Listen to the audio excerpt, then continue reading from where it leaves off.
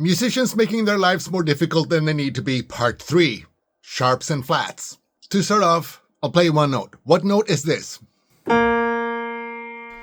If you have taken the most basic music lesson, you would say that that is an A sharp. Let's ignore the fact that in Northern Europe it's a B. Now let's play a B flat.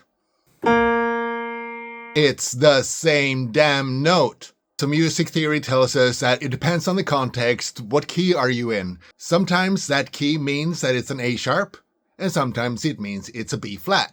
I just don't understand why you have to keep track of when a certain note is either an A or a B, either sharp or flat. It's still the same key or fret on a guitar. More important thing are the intervals between the various notes when you're playing a certain key. So sometimes it's, 3 half notes between the two notes that makes it a certain chord, and 4 if it's another, and 5 if it's a third, whatever, right?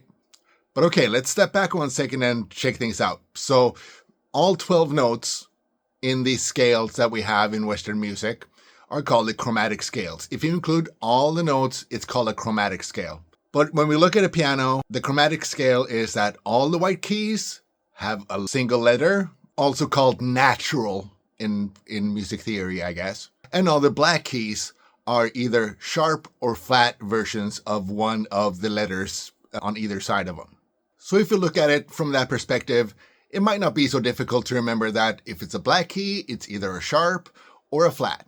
But it's not that easy. If you are going to play a song or a piece in the key of C sharp, then the natural C, which is a white key, is called a B sharp. So no, the white keys are not always the single letter. They sometimes are sharps or flats. I'll go back to arguing for the fact that it's intervals that matter. Sharps and flats only make things really complicated and you have to keep track of it. I don't get it. In the English alphabet, there are 26 letters. There are 12 notes in the chromatic scale.